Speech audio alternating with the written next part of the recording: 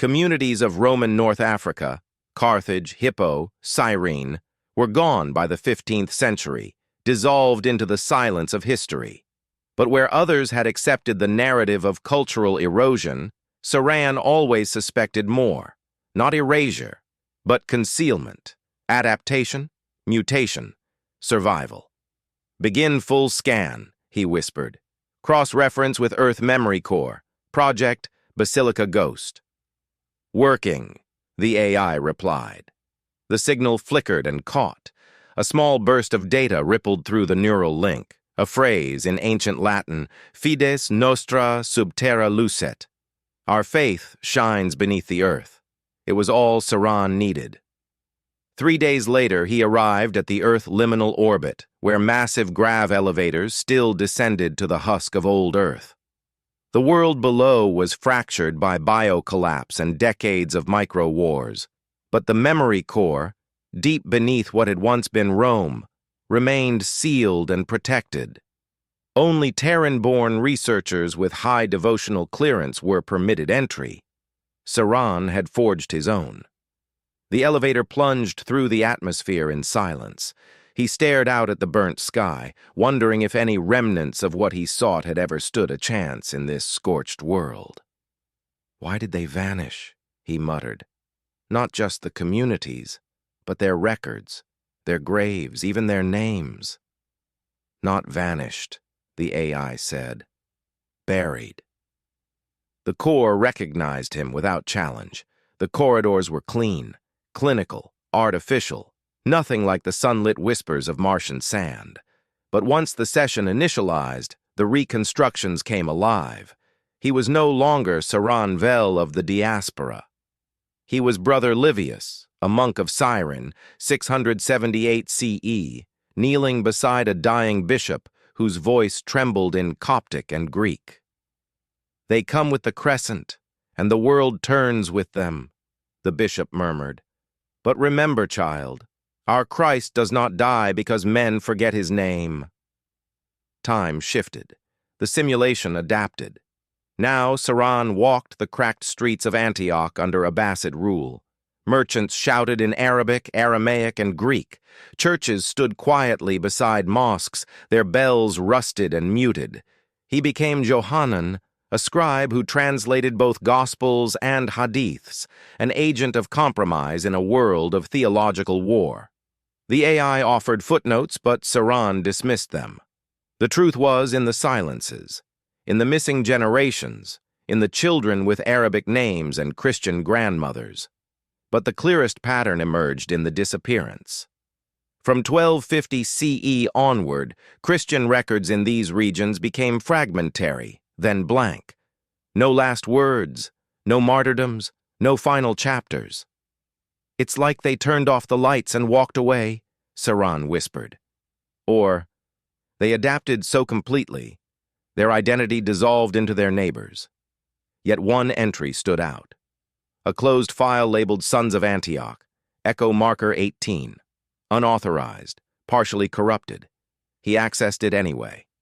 A voice whispered across time, feminine, sharp and dry. "If you find this, we are not lost. We walked the dunes when cities burned. We learned the songs of the desert. We folded the cross into crescent. But we never forgot the Christ in the dark." Saran staggered back. The recording was tagged 1311 CE origin, Southern Sahara. He returned to the archive simulation, this time requesting data from that region. It wasn't much. Oral histories, encrypted tribal chants, a peculiar local dialect that retained fragments of ancient Greek liturgical phrasing. One chant translated, "From the well of dust he rose, from the east he will rise again." He stood in the reconstructed desert, hot winds scraping his simulated cheeks. The sun dipped behind dunes, and a caravan passed in silence, the riders marked with odd interwoven symbols, neither Christian nor Muslim, yet eerily familiar. Saran reached out, touched the air where they vanished. He didn't yet understand, but the trail was open now. The whispers beneath the earth had begun to speak, and he was listening. The dig site on ancient Tunisian soil shimmered under the weight of two suns. Saranvel stood amid the excavation tents, surrounded by drones brushing away centuries of sand from what was believed to be the remains of a 7th-century Christian basilica. Its location never recorded in surviving maps, its architecture a fusion of Roman geometry and Berber earthworks. He had followed whispers, now concrete in stone. The sons of Antioch were not metaphorical ghosts in corrupted files. They were real, and they had left breadcrumbs. Dr. Aliyah Rami, his local contact and expert in North African antiquities, approached, brushing her gloved hands on dusty cargo pants. "You're serious about this theory? That they didn't vanish? They chose silence?" Saran nodded. "Silence is not absence. Sometimes it's resistance." Aliyah studied him, unsure whether to laugh or caution him against idealism. "You know how many have tried to resurrect them? The Christians of the Maghreb were erased by centuries of war, politics, language drift, forced conversions.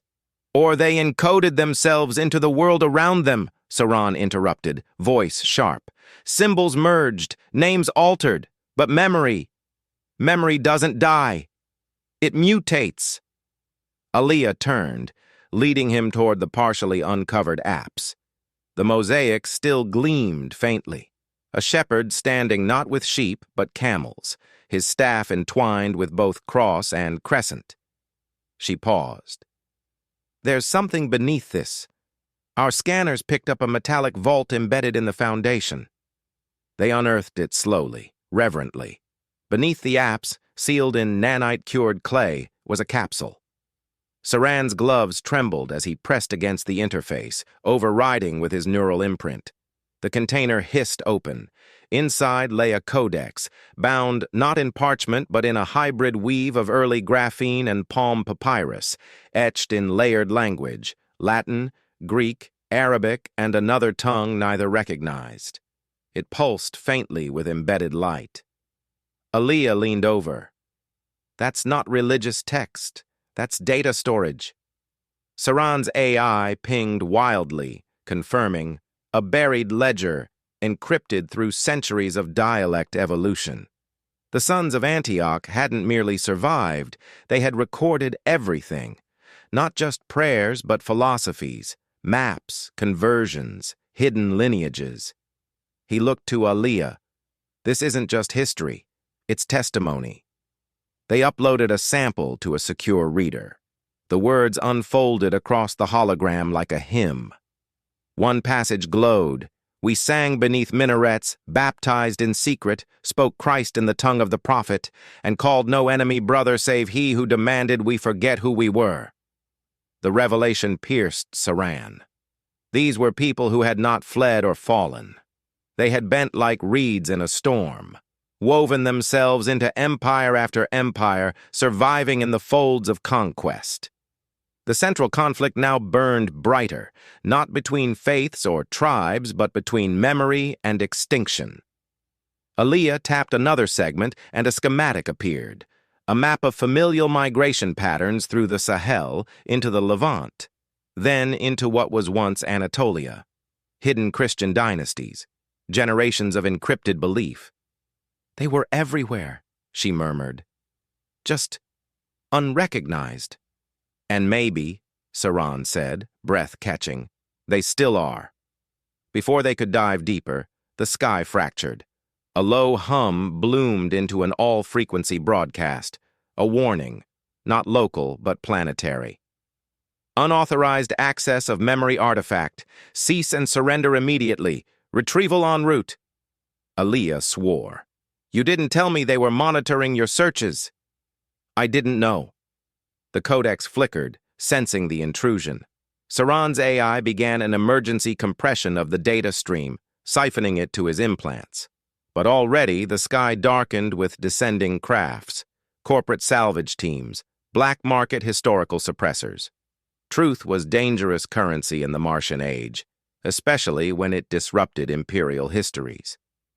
Aliyah grabbed the codex. "Go! Take the memory core. I'll stall them." You'll be arrested." She smiled grimly. "Then they'll learn I'm harder to silence than they thought." Saran hesitated for a heartbeat, then nodded. He bolted toward the subterranean transport tunnel that fed into the now-abandoned French rail networks, AI guiding him through encrypted escape routes. Behind him, the desert cracked with the roar of landers. In the tunnel's safety, he turned one last time and whispered to the ancient text, now buried in his cortex. "I see you. I carry you." Above, war began anew, not of nations, but of truth. The train was ancient by interstellar standards.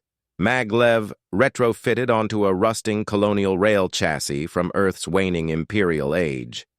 Saran Vel leaned against the cabin wall, the stolen memory core wrapped in electrocloth beside him, humming softly like a child muttering secrets in sleep. His breathing was shallow, half from the exertion, half from the weight of realization. History had a heartbeat again, and it was now pulsing in his hands. The walls of the tunnel blurred, flickering with sporadic hollow graffiti, some religious, others rebellious. Symbols overlapped, a crucifix entwined with crescent, the ichthys fish transformed into an eye of surveillance, saints haloed not by gold, but by radio signal loops. The messages were everywhere once you knew how to read them. He did now. Across from him sat Mero, a refugee archivist from Tyre, called in by the underground the moment Saran's escape tripped global attention. Her eyes scanned the manifest logs, rerouting their trajectory every few stations to avoid detection drones. Though she said little, her presence was grounded, flint-eyed, cloaked in worn academic robes layered over ballistic mesh. She was a memory keeper, trained in preserving forbidden histories. "You're not just fleeing anymore," she said without looking up. "You're the vessel now. They'll track you across the moons if they have to." Saran nodded. "Then we keep moving." Outside the train, the deadlands stretched between cities, former cultural zones now reduced to corporate data farms and defense perimeters. No churches stood there anymore, no temples, just towers humming with silence. Mero tapped the core. "You know this isn't just evidence. It's a roadmap. To places, to people. There are descendants hidden in plain sight. Crypto-Christian communities in Libya's undercities. Antiochian bloodlines among the orbital colonies." "They need to know," Saran said. "They already do," Mero replied. "What they need is proof."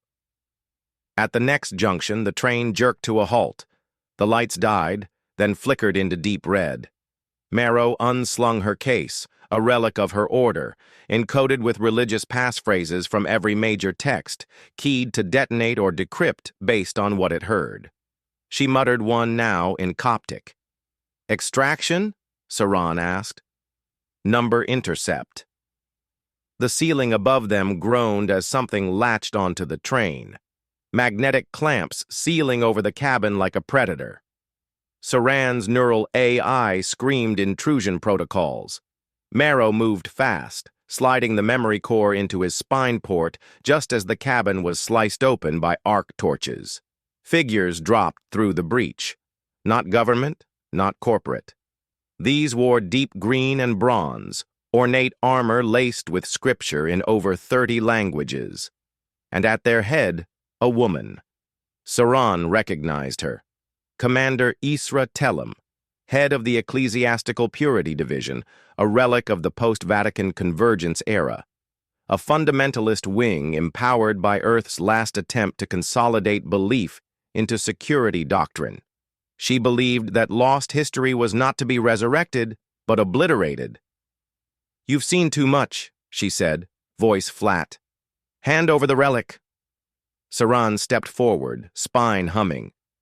"You're too late. I've already seen the truth. It's alive." Isra raised a hand and her squad took aim. Mero, calm despite the odds, stood beside him and raised her relic case. "You forget your own texts, Isra. Truth is not a sin. Fear is." Isra's mouth twitched. "Then let fear teach them silence." In that moment, the walls of the train erupted. not with violence but with light. Dozens of hidden projectors activated, flooding the space with holograms from the codex, stories of desert baptisms, ancient hymns in Aramaic, coded into binary, the record of saints who vanished only to reappear in the shadows of caliphates and empires. The soldiers hesitated. Isra did not. She fired. The beam struck Marrow first, but instead of falling, she ignited. Not in flame, but in data. Her body decomposed into light, spreading outward, her last backup prepared for martyrdom. She became signal. She became archive. The train's AI absorbed her, and suddenly Saran heard her voice everywhere. "Run! You must reach the archives in Aleph Seti. They guard the second codex. If both are joined, the world cannot deny us." He leapt from the breach, using the emergency gravity buffers to slow his descent, landing amid ancient tracks bathed in starlight. Drones whirred above, but none could catch what had already transcended flesh. As Saran fled into the Badlands, he felt no loneliness. He carried 1,000 voices now, and they were no longer silent.